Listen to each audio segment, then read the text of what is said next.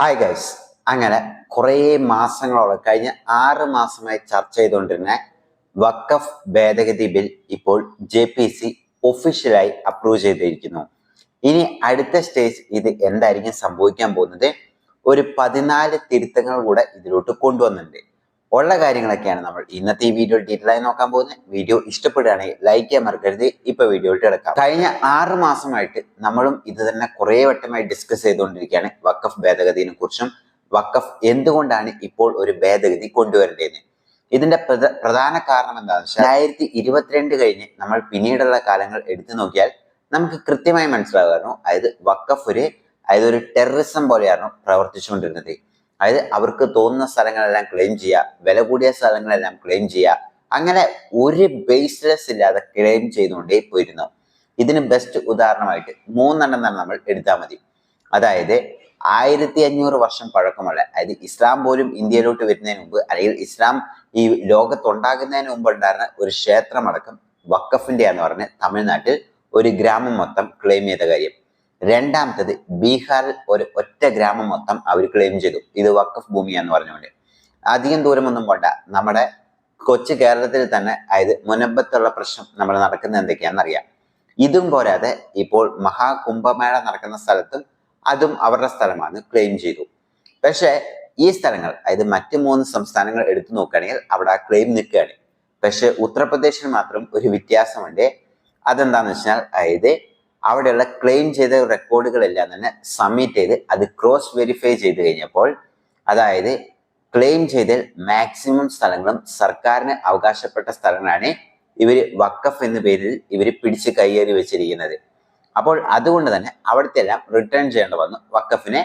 അത് മാത്രമല്ല കുംഭമേളയുടെ എവിടെയെല്ലാം തന്നെ ആ ഒരു ക്ലെയിമും അവർ പിൻവലിച്ചു. അപ്പോൾ ഇങ്ങനെ നിൽക്കുമ്പോൾ മറ്റ് സംസ്ഥാനങ്ങളും എല്ലായിടത്തും ഒരു കോമൺ നിയമം വരാൻ വേണ്ടിയാണ് ഈ വഖഫ് ഭേദഗതി ബിൽ കൊണ്ടുവന്നത്.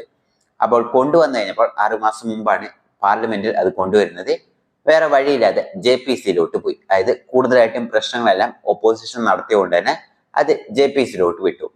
അപ്പോൾ JPCയിൽ കഴിഞ്ഞ 6 മാസമായിട്ട് ഇതിനെക്കുറിച്ച് തർക്കിച്ചുകൊണ്ടിരിക്കുകയാണ്. കുറെ തരത്തിലുള്ള അമെൻമെന്റ്സ് വരുത്തണം എന്ന് പറഞ്ഞു. 44ഓളം അമെൻമെന്റ്സ് പ്രതിപക്ഷ പാർട്ടികളെല്ലാം തന്നെ ഇത് കൊണ്ടുവരണം എന്ന് അവകാശപ്പെട്ടു. പക്ഷെ ഇതൊന്നും തന്നെ നടന്നില്ല എന്നുള്ളതാണ് സത്യാവസ്ഥ. അപ്പോൾ ഞാൻ ആലോചിക്കാം, പിന്നെ എന്തിനാണ് ഇത് JPC പോയത്? ആദ്യം തന്നെ എല്ലാവരും ഒന്ന് വോട്ടെടുപ്പ് നടത്തി അതൊന്ന് പാസ്സാക്കി വിട്ടിട്ടുണ്ടെങ്കിൽ ഈ ഒരു പ്രശ്നങ്ങളൊന്നും നടക്കില്ലല്ലോ. പക്ഷെ ഇതിലൊരു 14 അമെൻമെന്റ്സ് BJP തന്നെ BJPന്റെ സഖ്യകക്ഷികൾ പറഞ്ഞതിൽ ഒരു ചെറിയ തിരുത്തം കൊണ്ടുവന്നിട്ട് അതാണ് നമ്മൾ നോക്കാൻ പോകുന്നത്. അപ്പോൾ ഇനി ഈ തിരുത്തങ്ങളെല്ലാം കൊണ്ടുവന്ന് JPC ക്ലിയർ ചെയ്തല്ലോ, അടുത്ത് എന്താ സംഭവിക്കാൻ പോകുന്നതെന്നും കൂടെ നമുക്ക് നോക്കാം. അപ്പോൾ പ്രധാനമായിട്ടുള്ള തിരുത്തങ്ങൾ കൊണ്ടുവന്നത് എന്താണെന്ന് വെച്ച് കഴിഞ്ഞാൽ പ്രോപ്പർട്ടി ക്ലെയിം ചെയ്യുന്നത്, ഇതുവരെ അവർ ക്ലെയിം ചെയ്ത കാര്യങ്ങളെല്ലാം ഡോക്യുമെന്റ് വെച്ച് വെരിഫൈ ചെയ്യണം എന്നുള്ളതാണ്. ഒരു പ്രോപ്പർട്ടി ഇപ്പോൾ വഖഫിന്റെ എന്ന് പറയുന്നു. ആ പ്രോപ്പർട്ടി വഖഫിന് എങ്ങനെ കിട്ടി, എവിടുന്ന് കിട്ടി, ആ കൃത്യമായ ഡോക്യുമെന്റുകളെല്ലാം സബ്മിറ്റ് ചെയ്തതിന് ശേഷം മാത്രമോ ഇനി ഒരു സ്ഥലം അവർക്ക് ക്ലെയിം ചെയ്യാൻ പറ്റുള്ളൂ. അല്ലാണ്ട് ഇത് വൺസ് എ വഖഫ് ഓൾവേസ് എ വഖഫ് എന്ന് പറയുന്ന ഓരോ സ്ഥലങ്ങളൊന്നും വെറുതെ ക്ലെയിം ചെയ്യാതെ പറ്റില്ല. അത് ഒരു പ്രധാനപ്പെട്ട ഒരു തിരുത്തമാണ് കൊണ്ടുവന്നിരിക്കുന്നത്. അടുത്ത ഇമ്പോർട്ടന്റ് ആയി പറഞ്ഞിരിക്കുന്നത് സ്ത്രീകളെ, മുസ്ലിം സ്ത്രീകളെയും കൂടെ ഈ ബോർഡിലോട്ട് കൊണ്ടുവരും എന്നാണ് പറഞ്ഞിരിക്കുന്നത്. ഇനി അടുത്ത തിരുത്തമാണ് ഒരു പ്രധാനപ്പെട്ട കാര്യം. ഇപ്പോൾ ഉദാഹരണത്തിന് ഒരു സ്ഥലം, ഉദാഹരണത്തിന് ഇപ്പോൾ മുനമ്പം പ്രശ്നം ഇവർ ക്ലെയിം ചെയ്തു, അതിൽ ഡിസ്പ്യൂട്ടായി നിൽക്കുകയാണ്. അപ്പോൾ അങ്ങനെയുള്ള സാഹചര്യത്തിൽ പുതിയതായിട്ട് വെരിഫിക്കേഷൻ നടത്തിയതിന് ശേഷം മാത്രമായിരിക്കും ആ ഒരു സ്ഥലം വഖഫിന് വേണോ വേണ്ടയോ ഉള്ള കാര്യങ്ങളെല്ലാം തീരുമാനിക്കാൻ പോകുന്നത്. യഥാർത്ഥത്തിൽ വഖഫിന്റെ സ്ഥലം തന്നെയാണോ ഉള്ള കാര്യങ്ങൾ, അല്ലാതെ വെറുതെ ഒരു ക്ലെയിം കൊണ്ട് അത് ഇനി തീരുമാനിക്കാൻ പോകുന്നില്ല. ഇനി അടുത്ത കാര്യം എന്താണെന്ന് വെച്ച് കഴിഞ്ഞാൽ ഇതുവരെയും വഖഫിൽ അവർ തന്നെയായിരുന്നു ട്രിബ്യൂണൽ, അവർ തന്നെയായിരുന്നു പവർ. പക്ഷെ ഇനി അങ്ങനെയല്ല, ക്ലെയിം ചെയ്യുമ്പോഴും ഓരോ കാര്യങ്ങളും അതിനെ ക്രോസ് വെരിഫൈ ചെയ്യാൻ വേണ്ടി ജില്ലാ ഭരണകൂടം അല്ലെങ്കിൽ കളക്ടറിനെ ഇതിലോട്ട് ഇൻക്ലൂഡ് ചെയ്തിരിക്കുകയാണ്. അപ്പോൾ ഓരോ സബ് കളക്ടറും കൂടിയാണ് തീരുമാനിക്കുന്നത്. ഇവർ ക്ലെയിം ചെയ്യുന്ന കാര്യങ്ങളെല്ലാം യഥാർത്ഥത്തിൽ വഖഫിന്റെ ആണോ, അല്ലെങ്കിൽ സർക്കാരിന് അവകാശപ്പെട്ട സ്ഥലങ്ങളാണോ, അല്ലെങ്കിൽ സാധാരണ പൊതുജനത്തിന് അവകാശപ്പെട്ട സ്ഥലമാണോ എന്ന് അവര് ഡിസൈഡ് ചെയ്തിട്ടായിരിക്കും അവരത് പ്രൊസീഡ് ചെയ്യാൻ പോകുന്നത്. അതുപോലെ തന്നെ ASI മാർക്കുള്ള ആർക്കിയോളജിക്കൽ സർവേയുടെ കയ്യിലുള്ള സ്ഥലങ്ങളടക്കം ഇവർ ക്ലെയിം ചെയ്യാൻ പോവുകയാണോ ഇനി അതൊന്നും നടക്കില്ല. ASIന്റെ കയ്യിലുള്ള സ്ഥലങ്ങളെല്ലാം തന്നെ അത് കംപ്ലീറ്റ് ആയിട്ടും ASIന്റെ സ്ഥലത്ത് തന്നെയായിരിക്കും ഉണ്ടാകാൻ പോകുന്നത്. അതും ഒരു കാര്യമാണ്. അപ്പോൾ ഇങ്ങനെയുള്ള കുറെ തീരുമാനങ്ങളാണ് ഇപ്പോൾ കൊണ്ടുവന്നിരിക്കുന്നത്. അപ്പോൾ ഇനി ഇത് അടുത്തത് എന്തായിരിക്കും സംഭവിക്കാൻ പോകുന്നത് എന്നുള്ളതായിരിക്കും. അപ്പോൾ ഈ ഒരു സ്ഥലം അപ്പോൾ അടുത്ത് എന്താ സംഭവിക്കാൻ പോകുന്നതെന്ന് പറയുന്നതിന് മുമ്പ് ഒരേ ഒരു കാര്യം, അതായത് ഈ വീഡിയോന് താഴെ കുറേ പേര് തെറിയൊക്കെ വിളിക്കും. എന്നിട്ട് കുറെ പേര് പറയും ഞാൻ എന്തിനാ വീഡിയോന്റെ കമന്റ് ഹൈഡ് ചെയ്തേനെ.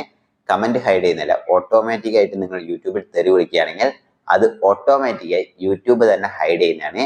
അത് നിങ്ങൾക്ക് ഏത് ക്രിയേറ്ററിന്റെ അടുത്ത് വേണമെങ്കിലും ചോദിക്കാം. അതായത് ഞാനിപ്പോൾ ഇങ്ങനെ തെറി വിളിച്ചു, അത് ഓട്ടോമാറ്റിക്കായി യൂട്യൂബ് ഹൈഡ് ചെയ്യുമെന്ന്. അല്ലാണ്ട് ഞാൻ ഒരു കമന്റും ഇതുവരെയും ഹൈഡ് ചെയ്തിട്ടില്ല. അപ്പോൾ നിങ്ങൾ കമന്റ് ഇട്ടോ അത് അവിടെ ഉണ്ടാവും, അല്ലെങ്കിൽ അത് യൂട്യൂബ് സ്പാം ആക്കിയതായിരിക്കും. അപ്പോൾ എന്തുകൊണ്ടാണ് ഈ മുസ്ലിംസുകൾ ഇതിനെ എതിർക്കുന്നതെന്ന് വെച്ചാൽ, അത് ഞാൻ എപ്പോഴും പറയുന്നുണ്ട്, ലോവർ മിഡിൽ ക്ലാസ്സിലുള്ള ആൾക്കാർക്ക് ഇതിൽ ഒരു പങ്കുമില്ല മുസ്ലിംസിനെ.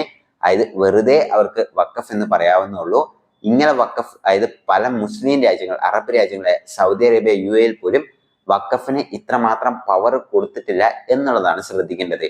പക്ഷെ എന്നിട്ടും ഒരു സെക്യുലർ രാജ്യമായ ഇന്ത്യയിൽ ഇത്ര പവർ കൊടുക്കുന്നത് എന്തിനാണെന്നാണ് നമ്മൾ ആദ്യം തൊട്ടേ ചോദിച്ചു വരുന്നത്. അത് മാത്രമല്ല, ഇവർക്ക് പവർ കൊടുത്തോ ഇല്ലയോ എന്ന് പോട്ടെ, ഇവര് വെറുതെ ഇങ്ങനെ ഓരോ സ്ഥലങ്ങൾ ഇങ്ങനെ ക്ലെയിം ചെയ്ത് പോകാൻ പറ്റുമോ?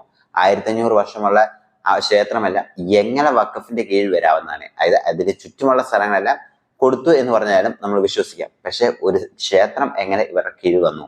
ഇതേപോലെയുള്ള പല ചോദ്യങ്ങൾ ഉള്ളതുകൊണ്ടാണ് ഇതിൽ എത്രയും പെട്ടെന്ന് ഒരു തിരുത്തം കൊണ്ടുവരണം എന്നുള്ളത് ആവശ്യം. അപ്പോൾ ഇത് ബഡ്ജറ്റ് സെക്ഷൻ, ഫെബ്രുവരി മാസം ബഡ്ജറ്റ് സബ്മിറ്റ് ചെയ്യും. അപ്പോൾ വീണ്ടും പാർലമെന്റ് കൂടും. അപ്പോൾ ആ ഒരു സമയത്തെ പാർലമെന്റിലും രാജ്യസഭയിലും നമ്മൾ ഈ ബില്ല്, അതായത് JPC ഓൾറെഡി ക്ലിയർ ചെയ്തല്ലോ, ഇനി അവിടെയുള്ള ഒരു തീരുമാനങ്ങളുമില്ല. ഇത് ഡയറക്റ്റ് ആയിട്ട് പാർലമെന്റിലോട്ട് കൊണ്ടുവരികയാണ്. വീണ്ടും ഈ ബില്ല് പാർലമെന്റിൽ സബ്മിറ്റ് ചെയ്തതിനു ശേഷം അതിലുള്ള തീരുമാനങ്ങൾ, അതായത് കംപ്ലീറ്റ് ആയിട്ടും അക്സെപ്റ്റ് ചെയ്തുകൊണ്ട് വോട്ടെടുപ്പ് നടത്തും. ആ വോട്ടെടുപ്പിൽ അതായത് സിമ്പിൾ മെജോറിറ്റി കിട്ടുകയാണ് എന്നുണ്ടെങ്കിൽ ഈ ബില്ല് കംപ്ലീറ്റ് ആയിട്ടും പാസ്സാകുകയും ചെയ്യും. പുതിയ ബില്ല് അനുസരിച്ചായിരിക്കും ഇനി വഖഫ് അങ്ങോട്ട് നീങ്ങാൻ പോകുന്നത്. അപ്പോൾ ഇതുവരെയുള്ള ടെററിസം എല്ലാം നമുക്കൊന്ന് തൽക്കാലമായി നീക്കി വെക്കാനുള്ളത് ഒരു ആശ്വാസമായി എന്ന് വിശ്വസിക്കാം. അപ്പോൾ നിങ്ങൾ എന്താണ് ഇതിനെ കുറിച്ച് വിചാരിക്കുന്നത്?